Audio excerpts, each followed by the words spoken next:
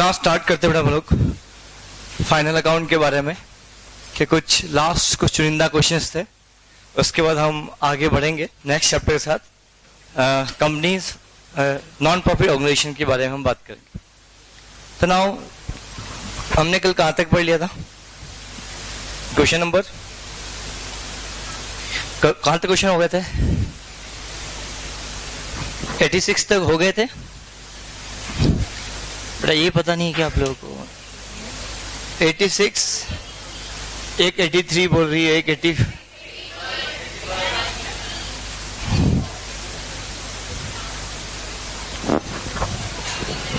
ठीक है, now come to question number 85।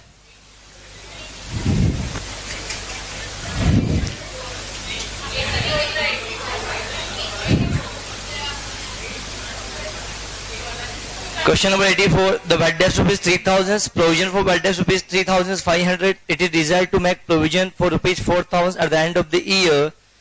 The amount debited in the profit and loss account. बोलो कितने का प्रोविजन और बनाना होगा?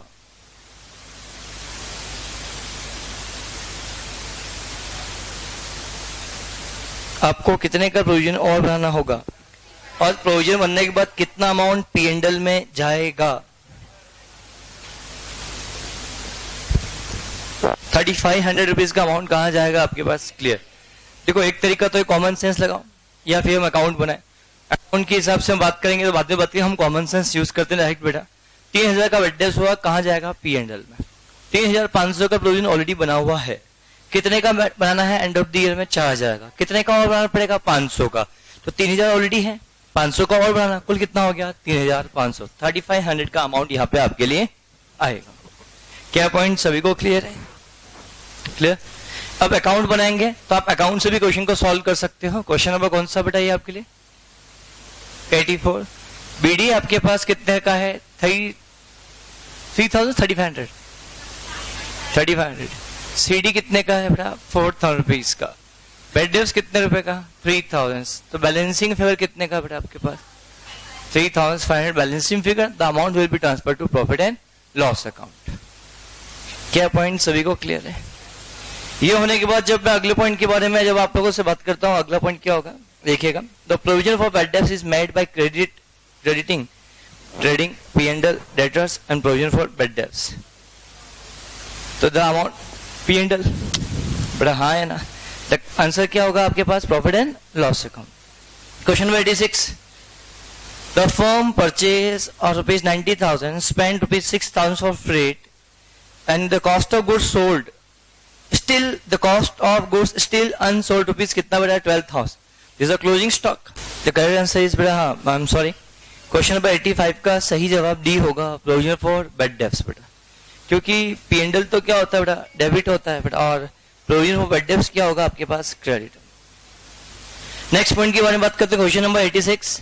The firm purchase of goods rupees 90,000 spend rupees 6,000 on freight towards at the time of the end of the year cost of goods still unsold was rupees 12,000। तो बेटा इसका मतलब क्या हुआ मुझे बताओ? 12,000 रुपए का आपका क्या बेटा? क्लोजिंग स्टॉक है। 1,20,000 रुपए आपकी क्या बेटा? सेल है। प्रॉफिट कितने रुपए का बेटा आपके पास? 132 माइनस 96, 36 विल बी आंसर। इस क्वेश्चन को आप कैलकुलेटर पर सॉल्व करें, एक तरीका तो ये, या फिर आप ट्रेडिंग अकाउंट बनाएं, एक तरीका है। दो तरीके आपके पास अवेलेबल है। तो बेटा मैं सबसे पहले तरीका बताता हूं कौन सा है आपके पास? ट्रेडिंग का। आपके पास क्लोजिंग स्टॉक गिवन है कितने रुपए का बेटा? 12,000 रुपए का है ना। सेल क्वेश्चन में गिवन है कितने रुपए की? 1,20,000 रुपए की। परचेज क्वेश्चन में आपके पास गिवन है कितने रुपए का बेटा? 90,000 रुपीज का। 6,000 रुपीज का आपका फ्रैट इनवर्ड है बेटा। ओपनिंग स्टॉक के बारे में कोई इंफॉर्मेशन अवेलेबल नील।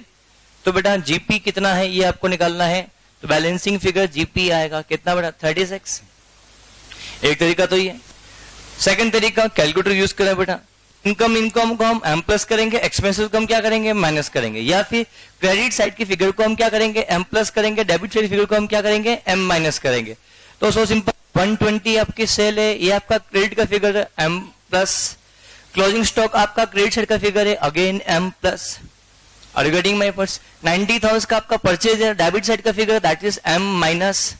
बोलो एंड 6,000 रुपीज का आपका फ्रेट का खर्चा है. This is again debit again क्या बेटा आपके पास डेबिट साइड का फिगर है, दैट इज का एम माइनस दबाव एमआर से अल्टीमेटली अमाउंट कितना आएगा 36. तो ये करना आपको आना चाहिए बेटा. आपको सब कुछ कैलकुलेटर पे ही करोगे तो ज्यादा अच्छा बेहतर आपके लिए रहेगा. क्या मैं आगे बढ़ सकता हूँ बेटा? ये क्वेश्चन नंबर कौन सा था आपके लिए? 86 था.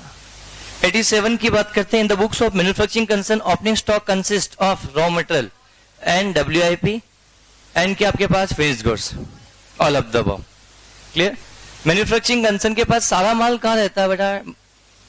कहाँ रहता है माल सारा बेटा? तो ओपनिंग स्टॉक जो होता है किसका होगा?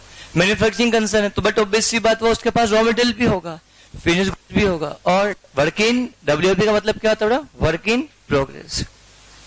उसके बाद question number 88. The debtors of mister Santosh amount to ₹25,000 and bad debts ₹3,000. They provide doubtful debts ₹2% and 1% the amount. The net debtors shown in the balance sheet. बहुत सिंपल सा पॉइंट है बेटा.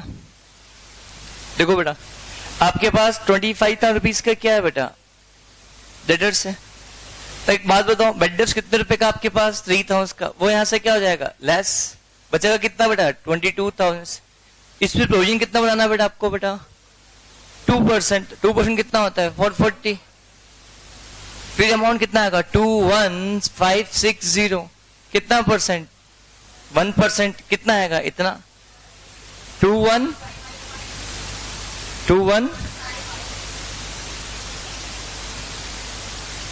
अरे 21,000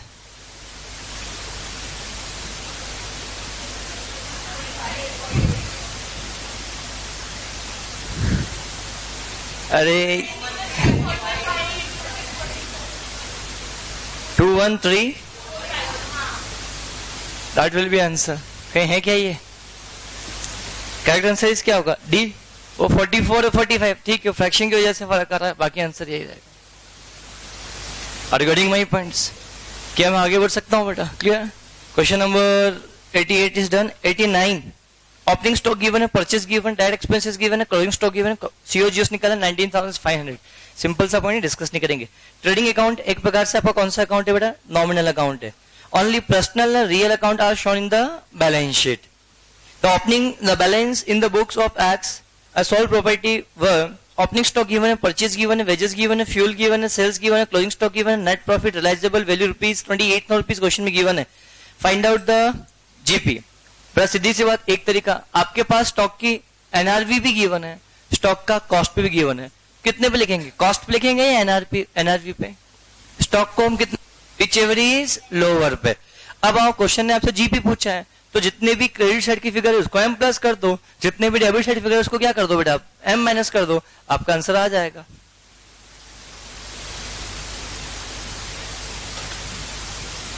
कितना है बेटा इसका आंसर? 39,500. कैलकुलेटर पे करोगे तो 30 तो भी आ जाएगा. ये तो ट्रेडिंग ऐसे बनाओगे तो भी आपका आंसर आ जाएगा. Is it clear? क्या मैं आगे बढ़ सकता हूं? आंसर कितना आएगा इसका बेटा? 39,500. आपके पास ओपनिंग डेटर्स 3,000 का, क्रेडिट सेल है 80,000 का, cash issue from debtors given 60,000 का. तो क्लोजिंग डेटर्स कितना है? अकाउंट बना लोगे. अरे ओपनिंग कितना है? सेल कितनी हुई बेटा? क्रेडिट सेल कितने की? 80,000. पैसा कितना मिल गया? कितना पैसा अभी तक नहीं मिला? 23,000, not 20,000 बेटा. Answer will B 23,000. Clear? Question number 94. A person started the business with capital ₹50,000. He take loan from relative ₹5,000. Profit for the year ₹10,000. Drawings 9,000. So what will be your closing capital? एक बात बताओ, loan क्या कभी भी capital का part होता है क्या? लोन कभी कैपिटल का पार्ट होता है क्या? नहीं. पर आपके पास ओपनिंग कैपिटल कितने रुपए की? 5,000 का. प्रॉफिट कितने रुपए का है? 10,000 का. तो बताओ ड्रॉइंग्स कितने रुपए का है? 9,000 का. 50 plus 10 minus 9 then 51,000 will be your answer. किसकी बुक है ये बेटा? ये बुक किसकी? क्यों नहीं बना बेटा? ये कंफ्यूजन नहीं बेटा, लोन से कंफ्यूजन ना हो बेटा. आपके पास क्वेश्चन में cost of goods sold given है 15 लाख रुपए का, जीपी गिवन है 20% ऑन सेल का, तो what will be your calculate the amount of sale. अब एक बात बताओ, क्वेश्चन में आपके पास सीओजीएस गिवन है, रुपीस कितना है, परसेंटेज ऑन सेल गिवन कितना, ये अमाउंट कितना है, सेल चाहिए बेटा। तो अगर सीओजीएस में अगर मैं प्रॉफिट जोड़ दूं, that will be my sale price. COGS कितना बेटा 15 लाख, पर इस 15 लाख में मैं 20% ऑफ 15 लाख में नहीं कर सकता हूं, क्योंकि 20% ऑन सेल है। तो अगर मेरे को कॉस्ट का परसेंटेज निकल जाए तो मेरा काम बन जाए। क्यों? लेट एज्यूम बेटा 100 प्रॉफिट ना, या cost 20 divide by 80 multiply by 100, 25% on cost. तो इस 15 लाख के अंदर हम 25% of 15 lakh 3,75,000 plus 15 lakh 18,75,000 will be your what. ये आपका क्या है बेटा, सेल है। क्या मैं आगे बढ़ सकता हूं बेटा? क्लियर? क्वेश्चन नंबर ये कौन सा था? 95 का answer 18,75,000। Full claim accepted by insurance company on the loss of goods is fire credited to profit and loss account. तो क्लेम मिलेगा तो आपकी इनकम है, इनकम कौन सी बेटा? Abnormal income, that will be transfer to क्या बेटा? Profit and loss account. Answer will be closing stock of the previous year is over valued by 50,000 due to this. देखो बेटा, पिछले साल का क्लोजिंग स्टॉक अगर बढ़कर आ रहा है, ओवर वैल्यूड का मतलब क्या होता है? बढ़कर आ रहा है। तो पिछले साल का क्लोजिंग स्टॉक क्या इस साल का ओपनिंग बनेगा? तो बट ऑब्वियसली बात, पिछले साल आपने जब क्लोजिंग स्टॉक बनाया होगा, ध्यान समझिएगा, तो इसके क्या इंपैक्ट होते हैं बड़े ध्यान से समझना। ये आपका ट्रेडिंग है, ये आपका ओपनिंग स्टॉक है, परचेज रटना नहीं, ये आपका डायरेक्ट एक्सपेंसेस है, ये यहाँ पे आपकी क्या बेटा? सेल है, ये आपका क्या? Closing stock. Late assume question को अपार्ट फ्रॉम क्वेश्चन में बात करते हैं। मान लो आपके पास ये 50,000 रुपीज का ओपनिंग स्टॉक है, 3 लाख रुपीज का यहाँ परचेज है, 10,000 रुपीज का ये एक्सपेंसेज है, सेल आपके पास 6,70,000 रुपीज की है, 1,30,000 रुपीज का क्लोजिंग स्टॉक है, और मैं बोल रहा हूं ये सारे फिगर सही है। बताओ जीपी कितना? अभी मान लो ये सारे फिगर सही है।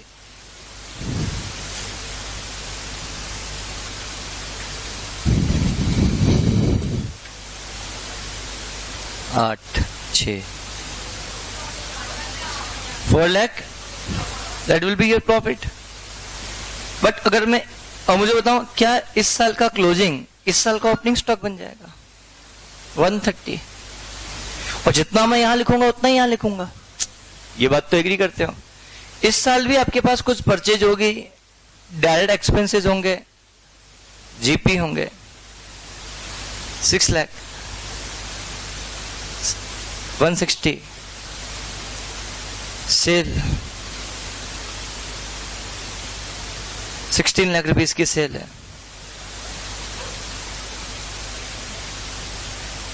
क्लोजिंग स्टॉक 5 लाख, जीपी कितना है? 12 लाख। बेटा ये अभी जो मांग के चल रहा है सारे फिगर क्या है बेटा? 1 मिनट के लिए सही है।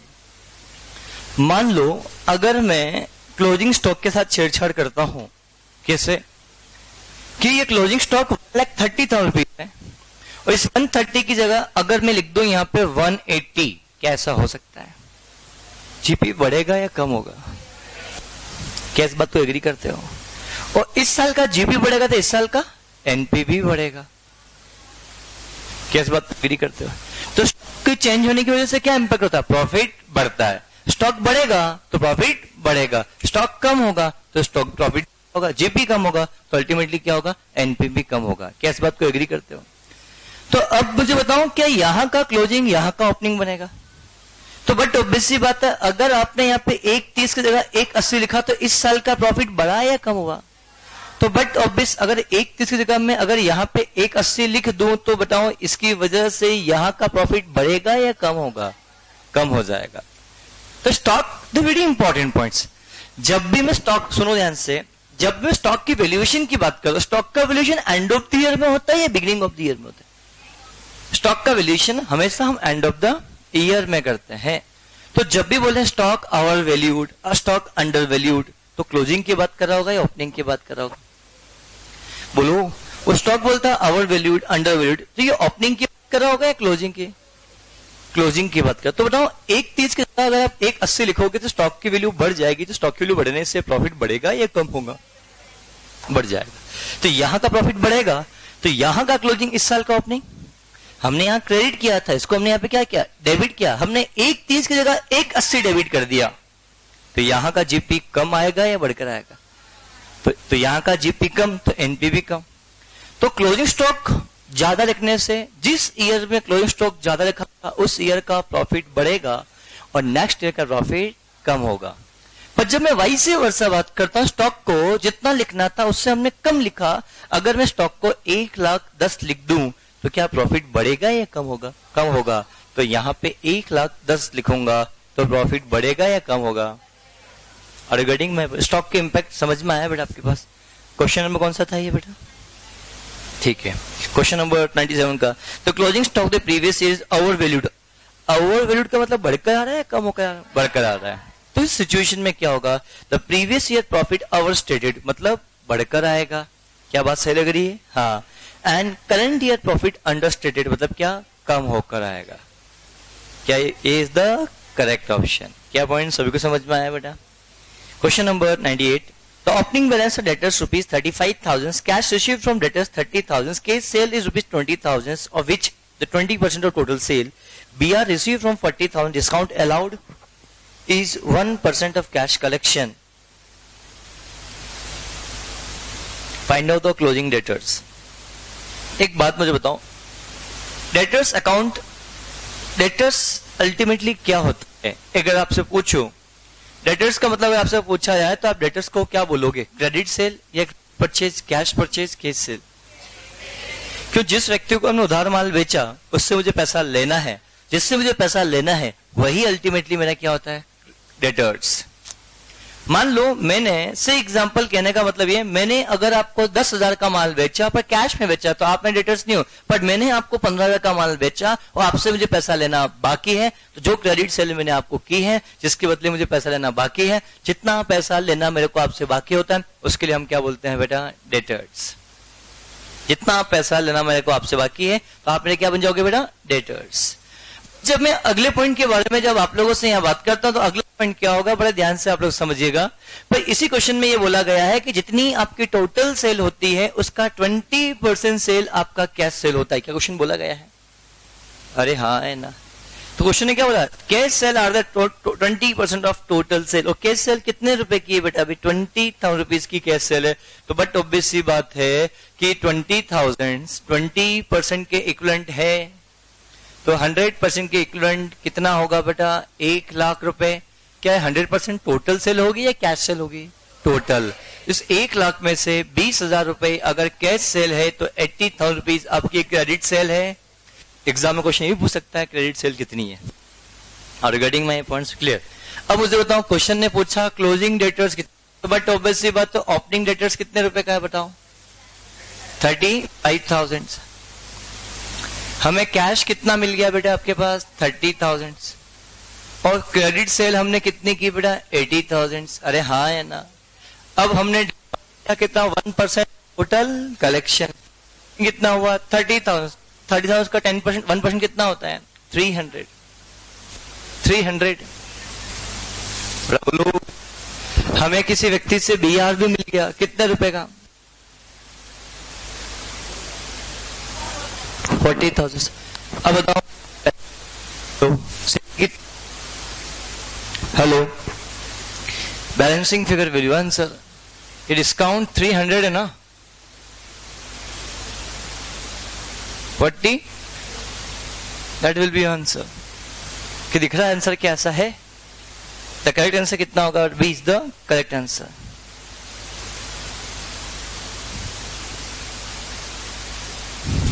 मैं एक बात बोलता हूं, आपको डेटर्स का अकाउंट बनाता हूं। डेटर्स अकाउंट बनाना आता है कि नहीं आता है आप लोगों को? डेटर्स अकाउंट बनाना आता है या बना के बताऊं? एक बार बना के बता दो सर। चलो सबसे पहले एक बताओ, डेटर्स अकाउंट का मतलब क्या होता है? जिनसे हमें पैसा लेना बाकी है या मिल चुका है, डेटर्स अकाउंट। तो ये पैसा लेना हमारे लिए असेट्स है या लाइबिलिटी? असेट्स। तो इस अकाउंट का सबसे पहले डेटर्स अकाउंट। डेटर्स अकाउंट कौन से नेचर का अकाउंट है? Real, nominal, personal? पर्सनल। तो टू असेट्स है, तो टू बैलेंस बीडी। यहां पे आता है क्या? To credit sale. Sir cash sale क्यों नहीं आता है? बेटा जिनसे पैसा लेना बाकी उससे लिखेंगे बेटा। तो जिनको हमने कैश सेल किया उसके लिए पैसा मिल चुका है या मिलना बाकी? मिल चुका। तो कौन सी सेल आएगी? Credit sale. जिनसे पैसा मिलना हमारा बाकी होता है इसलिए आएगा। बोलो अब इसमें से जिसको हमने सेल किया उसने माल वापस लौटा दिया तो पैसा हमें कम करना पड़ेगा। यहाँ पे क्या आएगा? Sales return. किसी से पैसा डूबा तो आपका क्या होगा? Bad debts. किसी से पैसा आपको मिल गया अल्टीमेटली क्या? किसी से पैसा ना मिलके क्या मिल गया? बीआर मिल गया, तो भी हम यहाँ पे बात करेंगे। जिसको हमने बीआर दिया था, मिला था, वो बीआर डिसऑनर हो गया तो उसको वापस क्या कर देंगे? ऐड कर देंगे। किसी को हमने डिस्काउंट दिया तो उसको हम यहां से भी लेस कर देंगे। तो बचा हुआ क्या आएगा? By balance CD.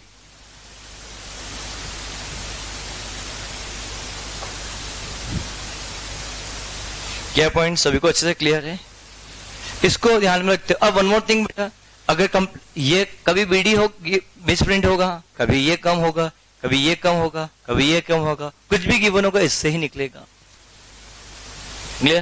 बेटा कुछ क्वेश्चंस तो आपको जैसे डेटर्स के बारे में बात की पूछेगा तो बेटा मैं बोलूंगा ये क्वेश्चन कैलकुलेटर सॉल्व करने की गुस्ताखी बिल्कुल ना करें। क्यों? अगर ये क्वेश्चन आप कैलकुलेटर पर करते हो तो सिचुएशन में आपको क्या होगा? दिक्कतों का सामना करना पड़ सकता है। क्लियर? क्वेश्चन नंबर एक काम करो, 1999 सॉल्व करो अभी।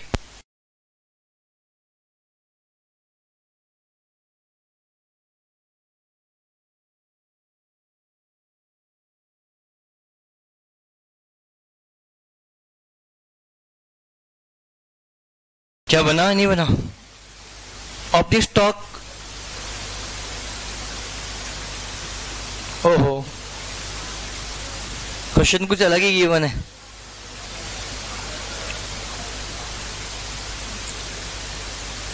क्वेश्चन में आपसे कैश अकाउंट की, देखो ठीक है, क्वेश्चन ने आपसे कैश अकाउंट की इंफॉर्मेशन गिवन है बेटा।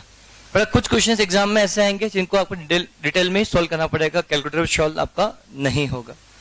ठीक है? तो मैं जैसे आपके पास ओपनिंग बैलेंस कितने रुपए का था बेटा? आपके पास 4000 का, तो ये बैलेंस बीडी कितने रुपए का बेटा? 4000 रुपए का। और क्लोजिंग बैलेंस कितने रुपए का है? 7000 रुपए का, तो ये बन जाएगा आपका क्या बेटा? सीडी। उसके बाद जब हम आप लोगों से बात करते हैं पेमेंट टू क्रेडिटर्स, आपने पैसा दिया तो पैसा आया है गया? गया, दिया आएगा यहाँ पे क्रेडिटर्स। उसके बाद जब नेक्स्ट पॉइंट के बारे में बात करता हूं, उसके बाद क्या आएगा? Payment creditors, bills payable mature, तो यहां पे भी हमने पैसा पे किया होगा। कितने रुपए से बेटा? 6000। बी आर डिस्काउंटेड, इससे पैसा आया या गया? आया, आंसर कितना आएगा? 9000। नेक्स्ट, एक्सपेंसेस के लिए भी आपने पैसा पे किया, कितने रुपए का? 3000। ड्राइंग्स की, तो इससे पैसा बिजनेस से कितना? 12 है 2, तो इतना पैसा हमारे पास कहीं से मिला होगा? कहां से मिला? डेटर से। बैलेंसिंग फिगर निकाल लो 90। पर ये क्वेश्चन इसका आंसर देखो आ रहा है क्या? 95। ठीक है। ऐसा स्टेटमेंट जो पर्टिकुलर डेट पे सभी असेट्स लायबिलिटी की इंफॉर्मेशन देता है, सिर्फ असेट्स लायबिलिटी का, उसको क्या बोलते हैं? Balance sheet. ऐसा स्टेटमेंट जो पर्टिकुलर डेट पे सभी असेट्स लायबिलिटी इनकम एक्सपेंसेस की इंफॉर्मेशन देता है, trial balance. Are you getting my points? Clear? ऐसा स्टेटमेंट जो सिर्फ इनकम और एक्सपेंसेस, प्रॉफिट लॉस की बात करता है, profit and loss account. If the profit is 25% on sale, then what percent on cost? Profit on cost 33%। ठीक है? सेल 3 लाख रुपीज है, जीपी ऑन सेल आपके पास 20% है, परचेस 240 है, ओपनिंग 20,000 से, क्लोजिंग स्टॉक कितना आएगा? बैलेंसिंग फिगर आएगा। बना लोगे बेटा? 20,000। बहुत आसान क्वेश्चन है। At the end of the trial balance, the following adjustment are given. Destroy rupees 20,000 insurance claim received. तो स्टॉक जल के राख हो गया, इसके बदले में क्लेम मिला कितने रुपए का? 16,000 रुपए का. तो इस एडजस्टमेंट का इफेक्ट कहां जाएगा? Profit and loss account. Clear? सब में नहीं जाएगा यार बेटा. क्लियर? क्लेम रिसीवेबल होता ना. वन मोर थिंग प्लीज, तो हम सबकी बात कर सकते थे. क्लेम रिसीव्ड है मतलब कहां जाएगा आपके पास? Clear? Surplus of revenue over the cost is known as क्या बनेगा आपके पास? Profit. Net profit before the following adjustments. 1,80,000 रुपए का आपके पास नेट प्रॉफिट है. इसमें आउटस्टैंडिंग सैलरी का एडजस्टमेंट करना है और प्रीपेड इंश्योरेंस का एडजस्टमेंट करना है. तो आउटस्टैंडिंग सैलरी ऐड होती है, लेस होती है? ऐड होती है. और प्रीपेड एक्सपेंसेस लाइनस होते हैं. तो कर लो आंसर आपके पास कितने रुपए का? 1,77,000 रुपीज का. तो हाँ है ना? Clear? Find out the correct net profit. The profit before taking into account the following adjustment was rupees 7 lakh. Rupees 1 lakh spend on purchase on motor car for business purpose treated as expenses. 1 lakh रुपए का खर्चा किया. इस खर्चे को आपने एक motor car purchase की और उसको नॉर्मल पीएल में डेबिट कर दिया. गलत है या सही है? ऐड करेंगे या लेस? ऐड करेंगे. यही 15,000 रुपए पर मंथ का रेंट आउटस्टैंडिंग है for the month of February and March. Add करेंगे. ऐड कितना करेंगे? 15,000 रुपए या 30,000 रुपए? 30,000 रुपए को क्या करेंगे बेटा? ऐड करेंगे. तो आंसर कितना आएगा? 8 लाख. हाँ आई एम सॉरी, वो लेस होगा. 30 को हम क्या करेंगे? माइनस करेंगे. कितना आ रहा है? 7,70,000. Yes please. हाँ 103 में. यस बेटा. एक मिनट मैं अरे बेटा आ रहा हूं. मैंने ये सुन तो लो मेरी बात भी बेटा. क्लियर? सबसे पहले ये बताओ, ये वाला पॉइंट सभी को क्लियर हुआ? कौन सा बेटा? ये 106 क्लियर हुआ सभी को बेटा आपके पास? ठीक है. क्वेश्चन 103 में डाउट किया बेटा? पूछे हैं बेटा आप लोग? हाँ हाँ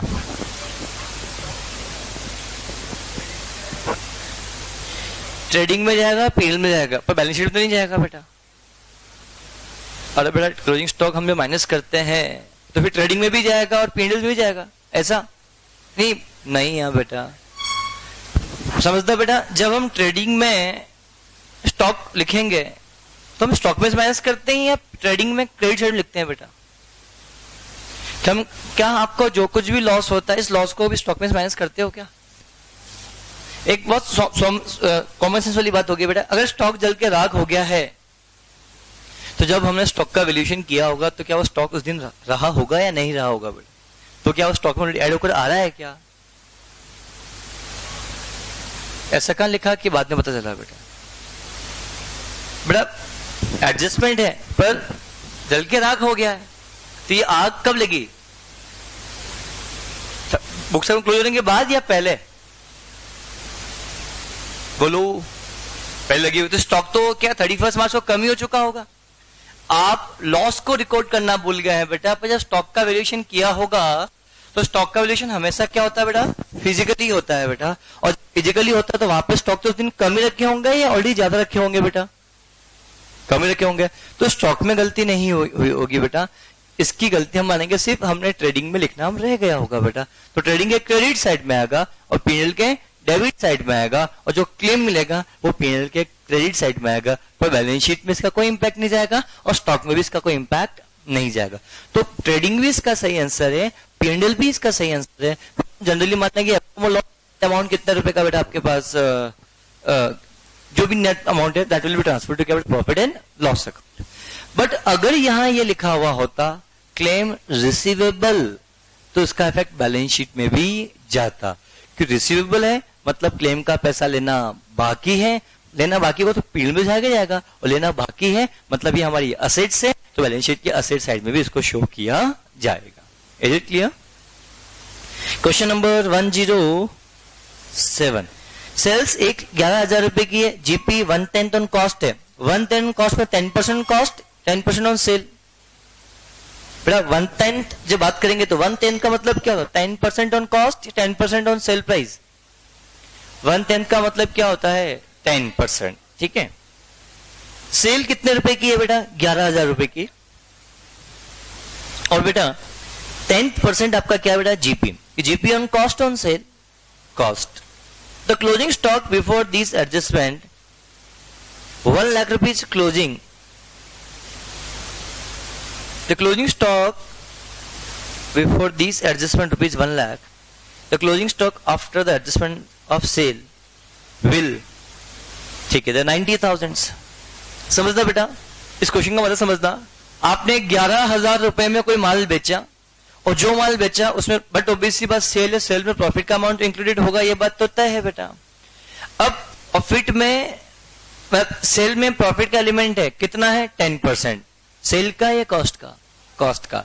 अगर सेल का होता तो 11,000 में से 10% ऑफ 11,000 को माइनस करते, that will be my cost. But यहां जो सेल के अंदर प्रॉफिट की जब हम बात करेंगे, 10% ऑन कॉस्ट है, 10% ऑन सेल नहीं है। और क्वेश्चन में दे रखा है कि हमारे पास 1 लाख रुपए का क्लोजिंग स्टॉक रखा हुआ है, पर इस क्लोजिंग स्टॉक के अंदर, हाँ 1 लाख का क्लोजिंग स्टॉक है, इस 1 लाख के क्लोजिंग स्टॉक में सेल का एडजस्टमेंट अभी तक नहीं है। तो बट ऑब्वियसली बात, सेल करने के बाद स्टॉक बढ़ता है या कम होता है? कम होता है। तो क्वेश्चन ये बोलना चाह रहा है कि सेल करने के बाद स्टॉक कितना होगा। तो बट ऑब्वियसली बात है, अगर आपके पास 1 लाख रुपए का माल रखा हुआ है, इसमें से कुछ कॉस्ट का माल और बिक गया, इसको माइनस करने के बाद जो अमाउंट आएगा, दैट मीन्स मेरे पास इतना स्टॉक बचा होगा। बट मेरे पास तो 10% ऑन क्या है बेटा? कॉस्ट मेरा प्रॉफिट होता है। तो लेट एग्जांपल, जब हम यहाँ पे आप लोगों से बात करते हैं, तो लेट एज्यूम कॉस्ट कितना आपके पास? 100 रुपीज, प्रॉफिट कितना? 10% से 10, that means 1/10 will be your क्या बेटा के पास? सेल। बेटा बोलो, तो 10 डिवाइड बाई कितना बेटा? 1/10 multiply by 100, that means how much बेटा? 9.099% समथिंग समथिंग आ रहा है। तो दीज परसेंटेज अप्लाइड ऑन 11,000, तो कितना आएगा बेटा आपके पास प्रॉफिट? ये एक काम करो ना, ठीक है, हाँ ये करो, कितना आ रहा है? 1,000 का प्रॉफिट है, बोलो हाँ है ना। तो अगर 11,000 में से मैं 1,000 का प्रॉफिट हटा दूं तो कितना आएगा बेटा? 10,000। तो 10,000 को अगर माइनस कर दिया जाए किसमें से? इसमें से, तो बताओ अब कितना स्टॉक बचा होगा? तो 90,000 स्टॉक बचा सेल होने के बाद। आंसर विल बी कितना बेटा? 90,000। यस ओजस्वी बेटा, पूछा आपका डाउट बेटा। देखो बेटा, नेट प्रॉफिट आपके पास 1,80,000 दे रखा है। इस 1,80,000 में बेटा हम 10,000 को ऐड करो एक बार, 13 को लेस करो बेटा, कितना आंसर आ रहा है? पर 10 को भी ऐड करो, और ओहो आई एम सॉरी बेटा, नहीं सुनो ध्यान से। आपके पास क्वेश्चन में नेट प्रॉफिट दे रखा है कितने रुपए का बेटा? आपका क्वेश्चन अच्छा है, इस क्वेश्चन पे स्टार बनाओ, इस क्वेश्चन पे स्टार बनाओ बेटा। आप लोगों को दिमाग में फिट बैठा हुआ है, सुनो ध्यान से, सुनो ध्यान से, आपके दिमाग में फिट बैठा हुआ है, आउटस्टैंडिंग एक्सपेंसेस को हमेशा हम क्या करते हैं? ऐड करते हैं, और प्रीपेड को हम क्या करते हैं? लेस करते हैं। यस ठीक है, सुनो ध्यान से। अगर आपने इन दोनों, अभी आपके पास प्रॉफिट कितना दिख रहा है? अभी आपके पास प्रॉफिट कितना दिख रहा है? क्वेश्चन 180 है। क्या इन दोनों, इस 180 में आउटस्टैंडिंग सैलरी का और प्रीपेड का ट्रीटमेंट देना बाकी है या दिया जा चुका है? ट्रीटमेंट देना बाकी है। अब ट्रीटमेंट देना बाकी है मतलब आउटस्टैंडिंग सैलरी हमने P&L में अभी तक ऐड ही नहीं की है, तो ऐड कर दो बेटा, बोलो क्लियर। तो बेटा 1,80,000 रुपए में क्या देखा जाए? सुनना ध्यान से बेटा, ध्यान समझना बेटा। 10,000 का खर्चा अभी तक ऐड होना चाहिए था या खर्चा ऐड नहीं होना चाहिए था? अगर खर्चे में ये ऐड होता तो मेरा प्रॉफिट कम होता या बढ़ के आता? सोचना, समझना और फिर बोलिएगा इस बात को। 10,000 रुपए का आउटस्टैंडिंग एक्सपेंसेस P&L में डेबिट करना था। आउटस्टैंडिंग एक्सपेंसेस को मुझे और ऐड करना था। ऐड किस में करना था? प्रॉफिट में या एक्सपेंसेस में? एक्सपेंस। अगर मैं इसको एक्सपेंसेस में मैं और ऐड करूंगा तो इसकी वजह से मेरा खर्चा बढ़ेगा, तो प्रॉफिट मेरा क्या होगा, कम होगा। तो ये कम होने से बच गया, मतलब खर्चे में ऐड होना रह गया, और खर्चे में ऐड होने से रह गया तो इसकी वजह से प्रॉफिट मेरा बढ़कर आ रहा है। तो इस प्रॉफिट को क्या करना है, कम करना है। तो 10,000 रुपए से हम प्रॉफिट को यहाँ पे क्या करेंगे, कम करेंगे। क्या पॉइंट सभी को अच्छे से क्लियर है? ये हमने आउटस्टैंडिंग एक्सपेंसेस के बारे में हमने चर्चा आपके साथ की। अब मैं बात करता हूं प्रीपेड के लिए। किसकी बात करता हूं बेटा, प्रीपेड के लिए। प्रीपेड एक्सपेंसेस कितने रुपए का है बेटा, मुझे बताओ। चलिए, क्या इस 13,000 के प्रीपेड का ट्रीटमेंट हो चुका है या होना बाकी? प्रीपेड एक्सपेंसेस क्या हम खर्चों में से लेस करते हैं या ऐड करते हैं? खर्चों में ऐड करते हैं या लेस करते हैं? प्रीपेड एक्सपेंसेस, मैं P&L की बात नहीं कर रहा हूं, प्रॉफिट की बात नहीं कर रहा हूं, एक्सपेंसेस की बात कर रहा हूं। एक्सपेंसेस में ऐड करते हैं या लेस करते हैं? लेस करते। आपने प्रीपेड एक्सपेंसेस को अभी तक एक्सपेंसेस में से लेस किया ही नहीं। लेस नहीं किया तो एक्सपेंसेस ज्यादा रिकॉर्ड होकर आ रहे हैं, और एक्सपेंसेस ज्यादा रिकॉर्ड होकर आ रहे हैं तो मैं प्रॉफिट कम होकर आ रहा है। कितने से बेटा, 13,000 रुपए से। तो मुझे 13,000 से प्रॉफिट को मुझे बढ़ाना होगा, इसलिए हम यहाँ पे 13,000 को क्या करेंगे बेटा, ऐड करेंगे। और फिर अमाउंट कितना आएगा बेटा आपके पास, 1,83,000। सिर्फ जुगाड़ लगाने के लिए आपने उल्टा कर दिया होगा। जो आपका रेक्टिफिकेशन है उसका दिक्कत दे जाएगा बेटा आपको। बेटा ध्यान समझना, जिनका आंसर टेली हो गया 177 लेके आ गए तो वो भी टिक देखा होगा, या फिर आपने आंसर आने के लिए किया तो भी दिक्कत है बेटा। आपने कहा उल्टा कर दो, तो क्यों कर दो, लॉजिकल पता होना बहुत ज्यादा जरूरी है। एक बात बोलता हूं आपको, बड़ा ध्यान से आप लोग समझना। 1,80,000 का प्रॉफिट है। मैं वापस इस बात को दोहरा रहा हूं, क्वेश्चन बहुत अच्छा क्वेश्चन है बेटा। अगर ये क्वेश्चन एग्जाम में आया तो बट ओब्वियसली बात चकमा खाओगे, दिक्कत हो जाएगा। क्वेश्चन में नेट प्रॉफिट गिवन है। नेट प्रॉफिट मतलब सारे एक्सपेंसेस को हम लेस कर चुके हैं, करना बाकी है, कर दिए। बट 2 आइटम हमसे रह गए। 2 आइटम कौन कौन से? Outstanding salary. आउटस्टैंडिंग सैलरी मेरा खर्चा है, ये मेरे इनकम है? खर्चा, ये लाइबिलिटी भी है और मेरा क्या बड़ा, एक्सपेंसेस भी। अगर मैं आउटस्टैंडिंग सैलरी को P&L में ट्रीटमेंट करता तो मैं एक्सपेंसेस में उसको मैं और ऐड करता, एक्सपेंसेस में और ऐड करता तो मेरा प्रॉफिट और कम आता।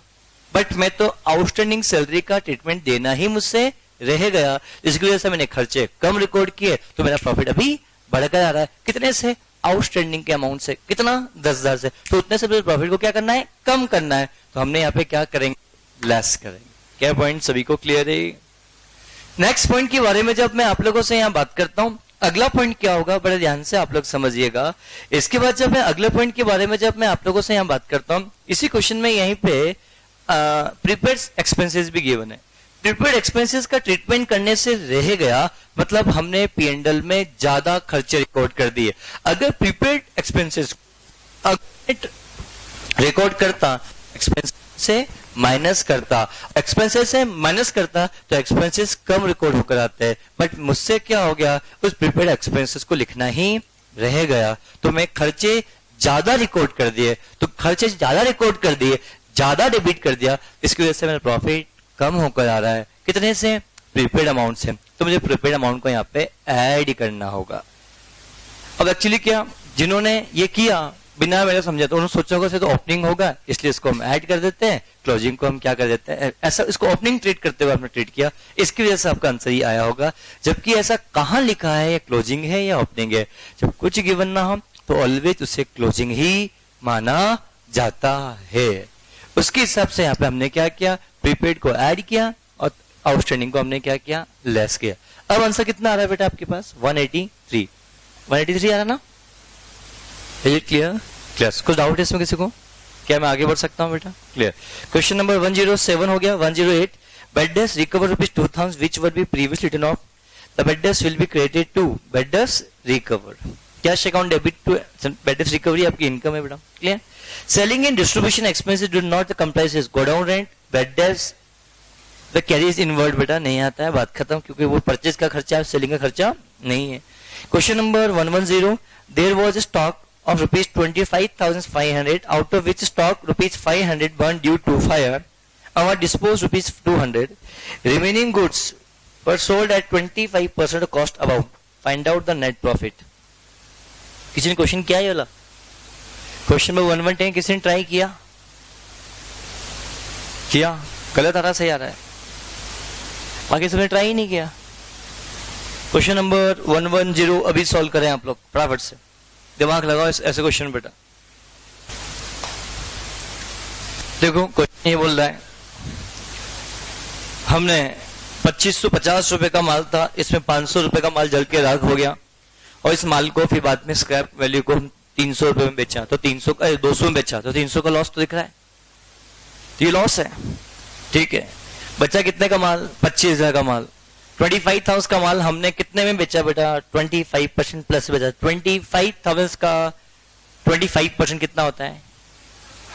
6250। तो 6250 आपका प्रॉफिट दिख रहा है और पर 300 का हमें क्या दिख रहा है? लॉस भी दिख रहा है। तो 6250 में से 300 को क्या कर दो? माइनस कर दो। 5950 विल बी योर आंसर। बोलो हाँ है ना? क्लियर? क्वेश्चन नंबर 111 का आंसर 20% है, ये मैं नहीं बताऊंगा। If purchase account is not credited in the case of goods lost in transit, then which account can be credited? अगर आपको परचेज को, अगर कोई माल चोरी हो गया है, सो ऐसा कुछ है और परचेज को वेट करना नहीं चाहते तो किसको करोगे बेटा? ट्रेडिंग अकाउंट को बेटा। गुड्स अकाउंट बोल दो। गुड्स अकाउंट मतलब क्या बेटा के पास? ट्रेडिंग अकाउंट है ना। ओपनिंग स्टॉक इतना, परचेज इतना, परचेज रिटर्न इतना, सेल्स इतना, जीपी आएगा। आसान क्वेश्चन है बेटा 79,000। सर क्लोजिंग स्टॉक तो गिवन नहीं है, गिवन है, we will assume that closing stock will be nil. Postal expenses account to be shown in the profit and loss account. Prepaid expenses of the financial related with the previous year, following financial year, current financial year, none, following financial year. Opening capital इतना, profit इतना, तो average कितना? Average capital का मतलब क्या होता है? Opening capital plus closing capital divide by 2। तो ओपनिंग तो मुझे पता है, पर क्लोजिंग गिवन नहीं, पर ओपनिंग 5 लाख की, क्लोजिंग कितनी है? 1 लाख का प्रॉफिट है, दैट में 6 लाख आपका क्लोजिंग हो जाएगा।